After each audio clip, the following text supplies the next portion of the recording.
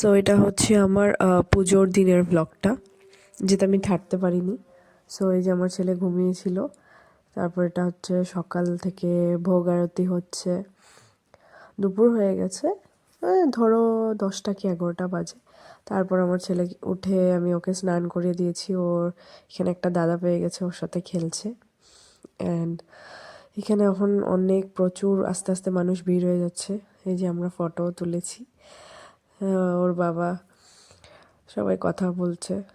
এই যে ভোগের প্রসাদ পেয়ে গেলাম, সকালের মালসা ভোগ। তারপরে আমরা পুজো হচ্ছে, এইদিকে ভোগ আরতিও কমপ্লিট হয়ে গেছে, সব মানুষজন শুরু হয়ে গেছে।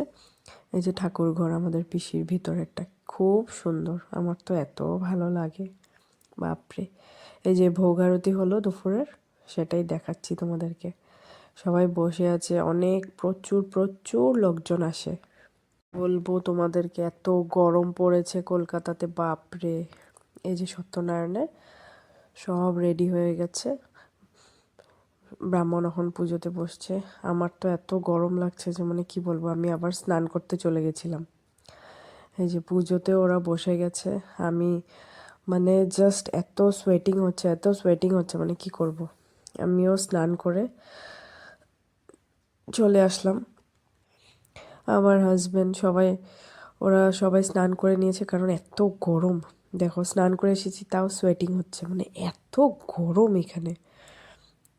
তাও পুজো, এই যে সত্যনারায়ণ হচ্ছে, সত্যনারায়ণের কীর্তন হচ্ছে, খুব সুন্দর করে কীর্তন করছে ওরা।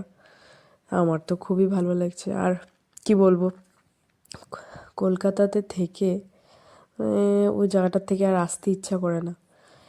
গরম আছে হলেও খুব ভালো লাগলো আমার।